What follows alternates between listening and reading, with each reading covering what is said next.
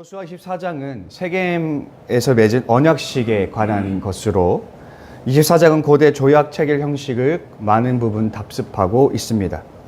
이 언약식에 있어서 주된 주제는 오직 하나님을 섬기는 것에 있습니다.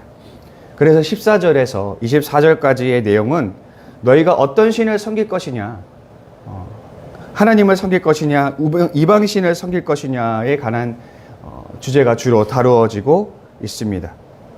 언약이 강조하는 바는 이스라엘 백성은 오직 하나님, 하나의 신인 여호와만을 섬길 수 있다라는 것이었습니다. 이에 백성들은 오직 여호와의 하나님만을 섬길 것을 엄숙히 맹세합니다. 그래서 24절에서는 이스라엘 백성들이 이렇게 여호수아에게 화답합니다. 백성이 여호수아에게 말하되 우리 하나님 여호와를 우리가 섬기고 그의 목소리를 우리가 청종하리이다 하는지라. 근데 여기서 우리가 24절을 잠깐 주목해 보자면 하나님 여호와 하나님을 섬기는 것은 곧 그의 목소리를 듣는 것과 관련이 있다고 말하고 있습니다. 이는 여호와를 신앙하는 것은 곧 그의 말씀을 듣는다는 것과 동일하다라는 의미를 가지고 있습니다. 신앙이라는 것은 하나님께 충실히 제사를 드리는 문제도 아니고 하나님께 나의 신앙을 고백하는 것도 아닙니다. 오직 하나님의 규례를 듣고 행하는 것에 참된 신앙이 본질이 있다라는 것이죠. 이에 더해서 25절을 함께 살펴봅시다. 이제 여호수아는 하나님을 대신하여 이스라엘 백성들과 언약을 체결합니다. 여호수아는 언약을 체결함과 동시에 율례와 법도를 제정해 주었다라고 이야기하고 있습니다. 이 율례와 법도는 무엇이냐면 맥락상 모세를 통해 주어진 하나님의 세세한 규례들을 지칭하는 것으로 보입니다. 언약과 율법과 이 규례는 결코 뗄래야 뗄 수가 없는 관계입니다.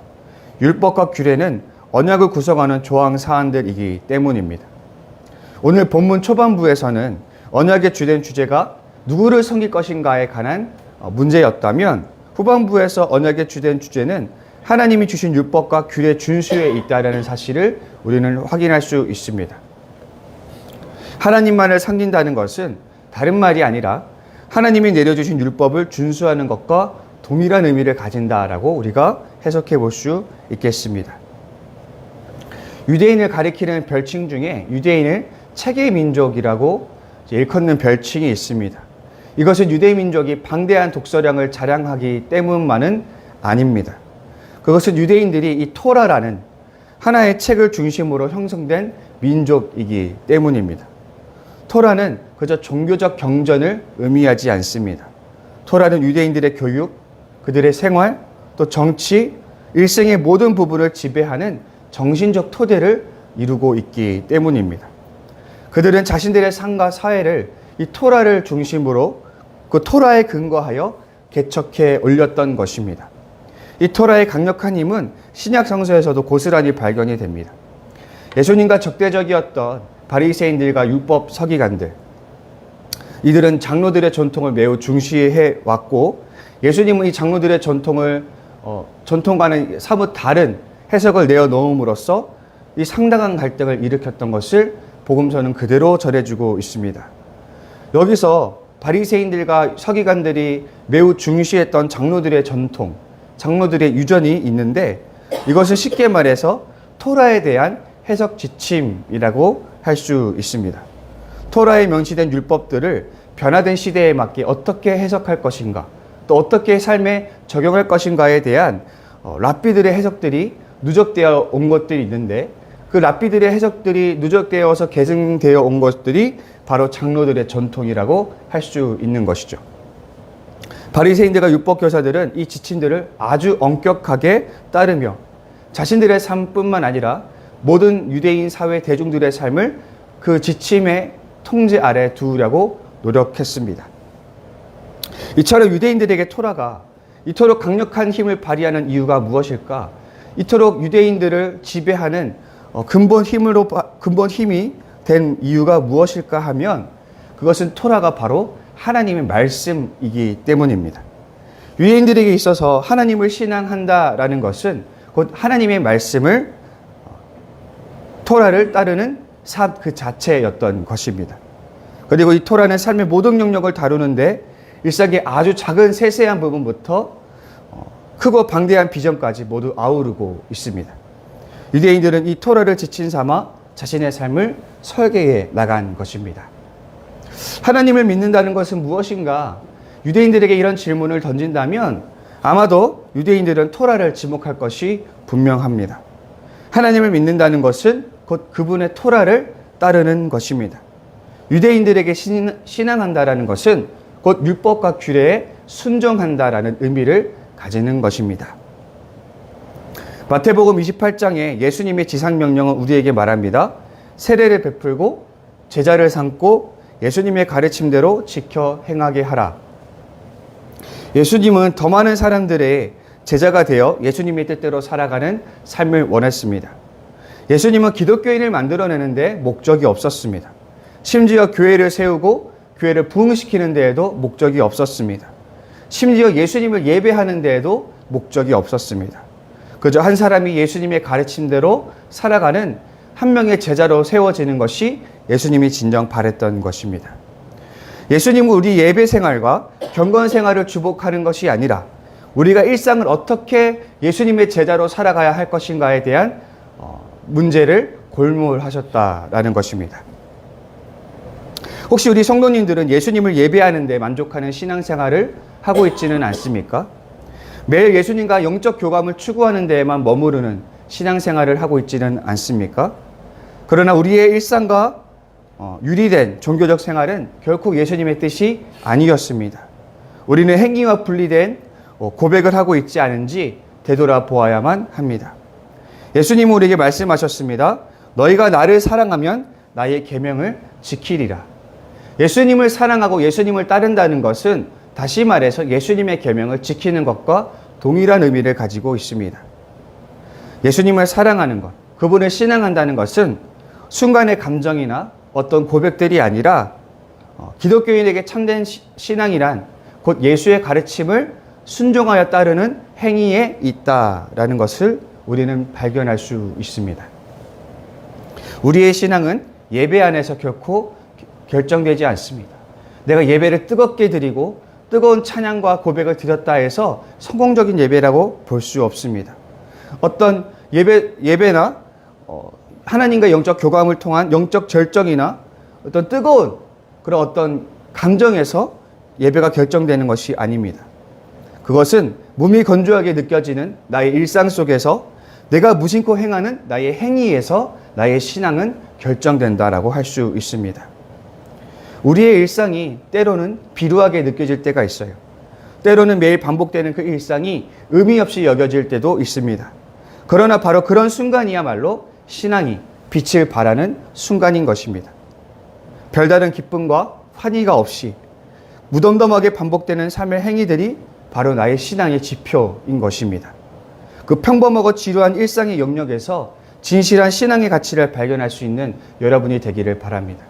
예수님을 믿고 따른다는 것은 내 일상에서 예수의 삶을 그대로 따라 행한다는 것, 그분의 말씀을 지켜 행하는 것에 있다는 사실을 기억하시고 일상의 순간을 예수의 가르침으로 채우시는 저와 여러분이 될 수 있기를 바랍니다.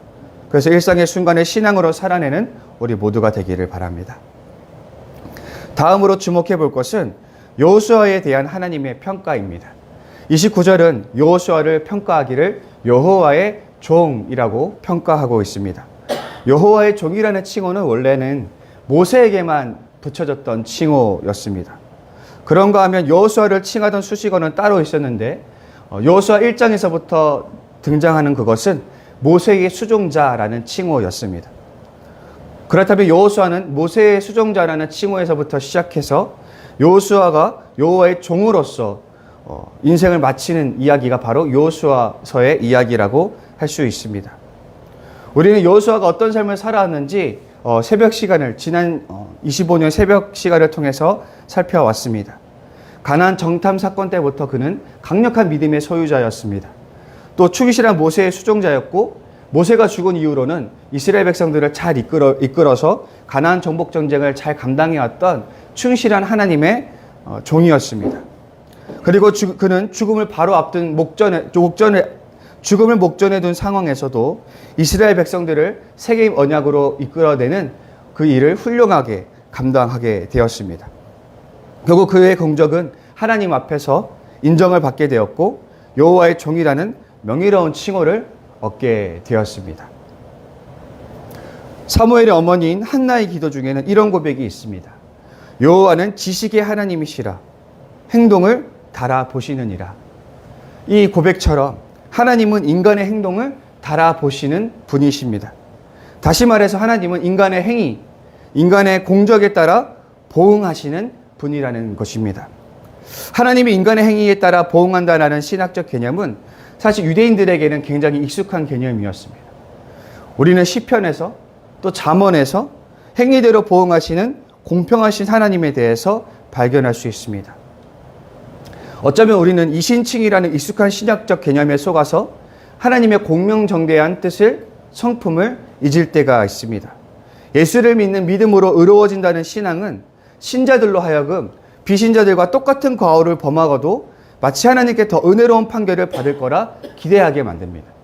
그래서 우리는 이방인들과 같은 죄를 저질러도 하나님께 그냥 죄만 고백하면 하나님이 용서해 주겠거니, 하나님이 나를 주의 자녀로 삼았으니 더 큰 은혜를 베풀어 주겠거니, 이렇게 기대할 때가 있더라는 것이죠. 이와 똑같은 착각을 했던 사람들이 있으니 바로 유대인들이었습니다. 유대인들은 언약 백성이라는 선민 의식으로 똘똘 뭉쳐있던 사람들이었습니다. 그들은 이방인들과 같은 가오를 저지르면서도 하나님의 선별적인 은혜를 받을 것을 기대했습니다. 그러나 바울은 그것이 유대인의 착각임을 단호하게 경고합니다. 그래서 바울은 유대인들에게 향해 이렇게 말합니다. 하나님께서 각 사람에게 그 행한 대로 보응하신다. 바울은 고린도전서 3장에서 마지막 심판 때에 각 사람이 그 자신의 공적에 따라 불 가운데서 심판받을 것을 이야기하고 있습니다. 만일 누구든지 금이나 은이나 보석이나 나무나 풀이나 지프로 이 터 위에 세우면 각 사람의 공적이 나타날 터인데 그 날이 공적을 밝히리니 이는 불로 나타내고 그 불이 각 사람의 공적이 어떠한 것을 시험할 것임이라. 만일 누구든지 그 위에 세운 공적이 그대로 있으면 상을 받고 누구든지 그 공적이 불타면 해를 받으리니 그러나 자신은 구원을 받되 불 가운데서 받은 것 같으리라. 하나님은 마지막 심판의 때에 신자들의 삶을 불로써 시험하십니다. 그때 신자들은 자신들의 공적을 자신들의 행위로서 하나님께 판단을 받을 것이라고 바울은 말하고 있습니다. 그때 우리는 그저 하나님의 은혜에 숨을 수가 없습니다. 우리 모두는 내가 행했던 삶의 행적을 고스란히 책임져야만 하는 것이죠. 오늘 하나님은 여호수아의 인생 전부를 달아보셨습니다. 여호수아는 죽을 때까지 매 순간 하나님께 신실한 자로서 의로운 공적을 쌓아왔고 그에 걸맞는 하나님의 인정을 받았습니다. 말씀을 마무리하겠습니다. 25년의 마지막 날입니다. 지난 한 해를 돌아보면서 우리 삶은 과연 하나님께서 어떻게 보실지 정리하는 시간이 되었으면 좋겠습니다. 나의 1년을 저울에 달아보았을 때에 과연 어떤 결과가 나올지, 하나님은 그것을 어떻게 보실지를 한번 되돌아보는 시간을 가졌으면 좋겠습니다. 만약 하나님 앞에서 부끄러운 1년을 보냈다고 생각하시는 분들이 계시다면 우리에게는 26년이라는 새로운 기회가 주어져 있음을 위로를 삼으시기 바랍니다. 여호수아도 많은 실수와 시행착오를 겪어 여호와의 종이 되었습니다. 우리가 앞으로의 삶을 더욱 신실하게 살아간다면 우리에게도 여전히 만회할 기회는 남아 있습니다. 반대로 하나님 앞에서 나름 만족하고 만족하신 삶을 사신 분이 계시다면 부디 그 삶을 성실하게 이어가시기 바랍니다. 훗날 마지막 때에 하나님은 우리가 행했던 모든 공적을 잊지 않고 영예롭게 갚아주시기 때문입니다. 인생을 달아보시는 하나님의 시선을 기억하며 내 삶의 궤적으로 신앙을 증명하며 하나님께 영광 돌리는 복된 지저스처치 성도 여러분들이 될 수 있는 은혜가 있기를 소망합니다. 우리 시간 함께 기도의 자리로 나아갔으면 좋겠습니다. 우리가 이제 25년 마지막 날을 보냅니다. 오늘 저녁에는 이제 닫는 예배, 또 내일 새벽에는 여는 예배를 통해서 26년을 새롭게 맞이하는데 하나님 우리 지저처치가 26년을 잘 맞이해서 하나님 기뻐하시는 사역들을 잘 감당할 수 있도록 우리를 인도하시고 안배하여 주옵소서.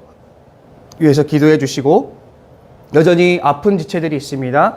수술 마친 우리 손정희 장로님, 또 치료 중인 김대경 성도님, 안간선 장로님, 박만호 성도님, 우리 정호란 전도사님, 또 그 외에도 아픈 성도들이 있는데 그 성도들을 위해서 기도해 주시고 또 각자가 가지고 나오신 기도 제목 가지고 기도하실 텐데 우리 주기도문으로 신앙 고백하시고 기도의 자리로 나아가겠습니다.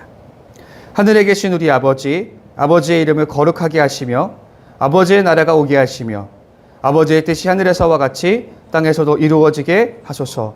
오늘 우리에게 일용할 양식을 주시고 우리가 우리에게 잘못한 사람을 용서하여 준 것 같이 우리 죄를 용서하여 주시고 우리를 시험에 빠지지 않게 하시고 악에서 구하소서. 나라와 권능과 영광이 영원히 아버지의 것입니다. 아멘.